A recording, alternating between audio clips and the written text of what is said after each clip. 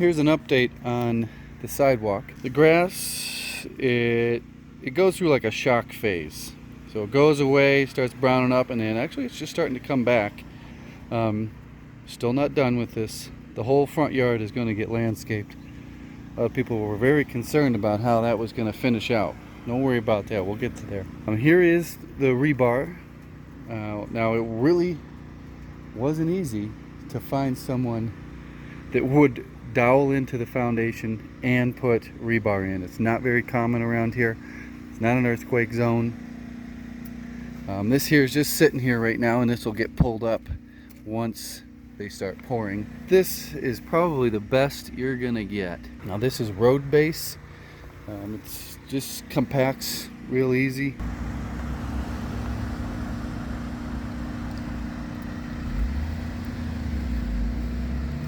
While you watch this sidewalk being poured, I wanted to share with you some basic knowledge of concrete. Things to get you started to do your own project, or things that'll help you if you're going to hire out this work to a contractor. The first thing you need to know is how many people are you going to need? I suggest two. One to work the wheelbarrow and one to move the concrete around and screed it out. When your truck driver shows up and there's just one guy standing there, he's going to ask, how many people do you have? And if you just say one, he'll probably tell you, okay, you got 10 minutes per yard. So in this pour, they had about 2.5 yards of concrete. So they got 25 minutes to work with the truck driver. That is to move the concrete to the forms and get it screeded out. If you're doing this by yourself, you're going to have to be moving fast. You're going to take 1 or 2 wheelbarrow loads, said it right that time, and then you're going to shovel it out and screed it. Go back and get some more. With this small of a pour, one guy probably could have gotten it done. Notice that the house side doesn't have a form. It goes straight up to the foundation on the house side. As you saw earlier, there's rebar drilled into that foundation wall so that will never fall once it's cured. How do you know where your line is? You snap a chalk line from the front to the back. And when he was screeding it out, there was an angle on one side of his 2x4, and you put that right up to that chalk line to level out the concrete.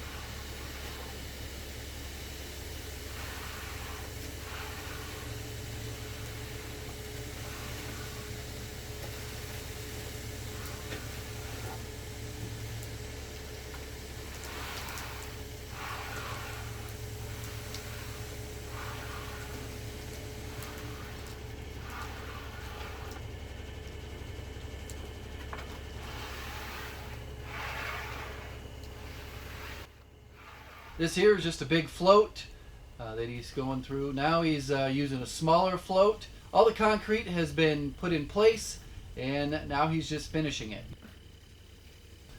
This trowel here, I actually have this exact same trowel. And then the next trowel he's going to use is circular on both ends. That just reduces the lines that you'll get when you're putting that fine finish on it. This is an edge trowel here. This puts like a bull nose on the corner of the concrete so that you don't get chips. This is part 3 in the video series, and in the first series people were wondering, why is that concrete so weak that I was removing? It was 3,000 psi concrete. That is just how easy 3,000 psi concrete breaks. This concrete is 4,000 psi concrete. Now what's the difference? The difference between your compression strength in concrete is the ratio of cement to sand. As your PSI goes up, the sand goes down and the concrete goes up. Aggregate usually remains about the same. In this application, we did use rebar around the perimeter. The side away from the house was a little bit thicker, so it had kind of a thickened slab where that rebar was placed. If you wanted to go a step further, you could put mesh. You could put mesh throughout this. it would be pretty much overkill. And if you wanted to go even further, you could put fiberglass. They have these bags of fiberglass that they just throw in, and that puts little fibers in it. Something else that you're going to want to pay attention to that has a direct relation to the strength is how wet it is. Now, you're probably not going to do a slump test, and if you asked the guys to do a slump test for just a simple sidewalk like this, you're going to get a funny look. But you want about a 4 to 5 inch slump. That will give you the right amount of strength. The drier the concrete, the stronger it is. The wetter the concrete, the weaker it is, but the easier it is to work with. So when they showed up, the owner, one of the guys said, "Hey, do you like what you see?" And when you're a professional and you do this all the time, you just kind of know the slump and how the concrete's going to work. And he yelled up, 2 more gallons. And they mixed in 2 more gallons to the 2.5 yards. And this is what you got. See how rough that is? Yeah. You have to fix that up, man, while it's soft. You don't want that to get hard, you know. It's easier today to fix. A lot of guys, they wait till tomorrow.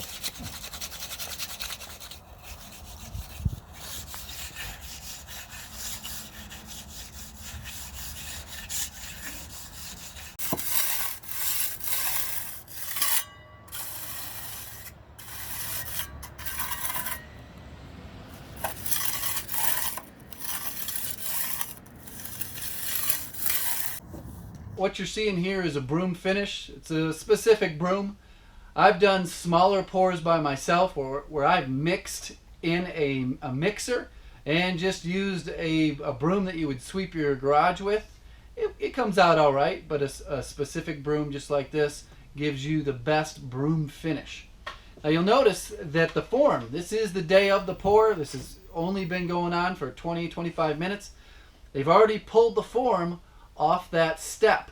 That's how fast this concrete's setting up. It's about 98 degrees or so today.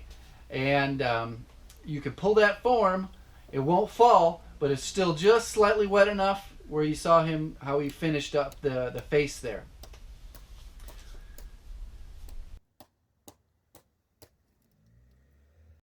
Right here you see just a little bit of honeycombing on that step there. You'll see in the next clip what that looks like when it's been finished.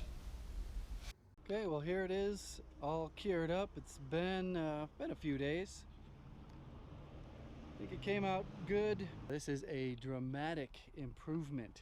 In fact, at least 5 or 6 neighbors have stopped by and asked both me and the concrete guy to do their house. This entire neighborhood looked exactly like this looked in the first video. Some's falling towards the house, some's falling away from the house, just totally jacked up. No rebar, no nothing. It's just not very common around here. You can see that it's sloped away from the house, and we have a little bit of an uphill, and there is just a perfect spot for my decking step up here that I'll be working on soon. I probably won't make a dedicated video on that. The next video about this house, we'll be getting this irrigation system figured out. We got this one here that used to be connected to something. I'm guessing maybe it used to be connected to this right there. So that's cool. that hopefully that is how that's easy.